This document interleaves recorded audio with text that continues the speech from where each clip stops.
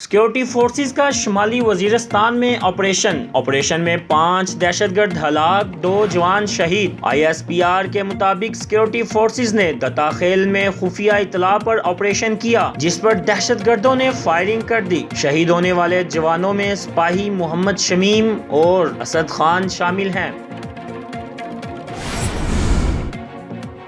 پنجاب حکومت نے میاں نواز شریف کی میڈیکل رپورٹس کو غیر تسلی بخش قرار دے دیا۔ محکمہ داخلہ پنجاب نے سابق وزیر اعظم کو خط تحریر کیا ہے، جس میں انہیں تنبیہ کی گئی ہے کہ 3 دن میں اپنی نئی میڈیکل رپورٹس جمع کروا دیں، ورنہ فیصلہ ان کے خلاف ہوگا۔